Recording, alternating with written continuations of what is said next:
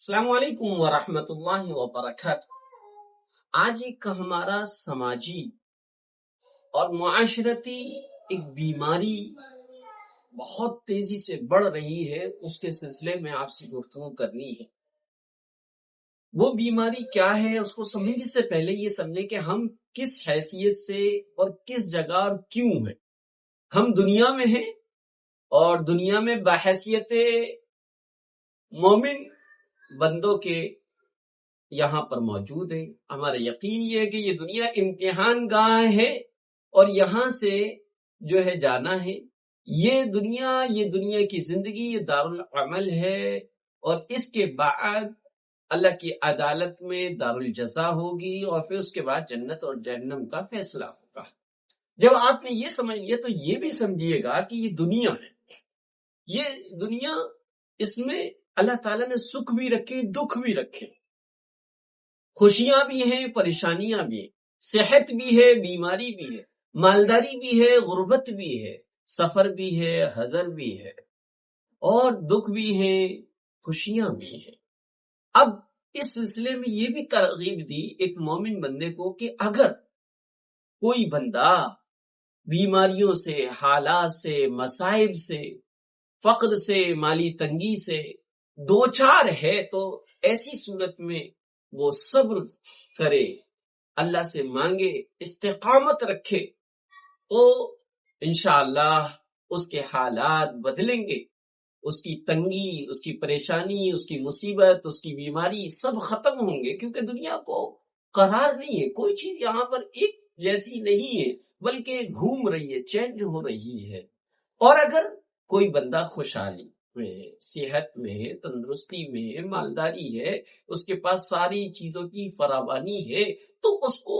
شکر کی ترغیب دی گئی کہ وہ شکر کرے تاکہ اس کی یہ نعمتیں باقی رہیں اور مزید اس میں اضافہ ہو۔ لیکن اس سب کے باوجود آج کل لوگ ذرا سی تکلیف، بیماری ہو، پریشانی ہو یا اللہ تعالی کی طرف سے نعمت کے ملنے میں تاخیر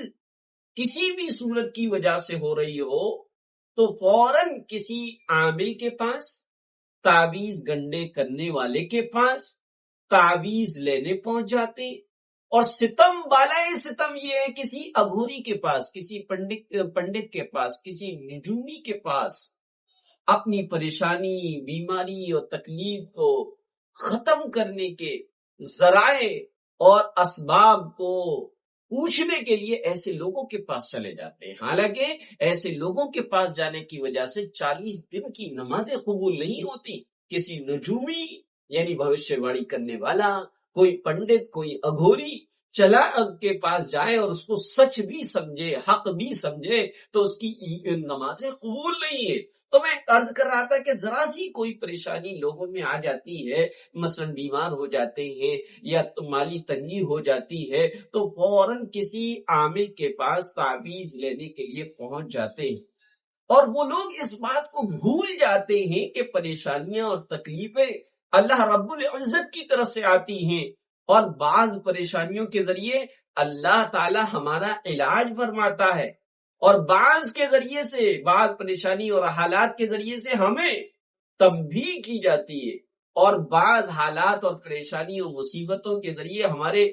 درجات اللہ تعالیٰ بلند فرماتے ہیں، اور اللہ کے ہر فیصلے میں خیر ہی خیر ہوتی ہے،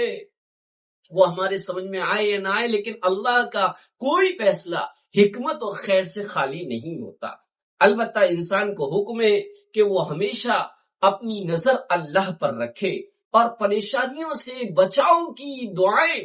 مسنون اعمال، گناہوں سے اپنے آپ کو بچا کر توبہ استغفار کا اہتمام کرے۔ لیکن یہ اعمال ہم سے ہوتے نہیں، مسنون دعاؤں کا اہتمام نہیں ہوتا، گناہوں سے بچنا نہیں ہوتا، توبہ استغفار کا اہتمام نہیں ہوتا، بلکہ ہم ان سب اعمال کو پس پشت ڈال کر نام نہاد ڈھونگی قسم کے عاملوں کے پاس جا کر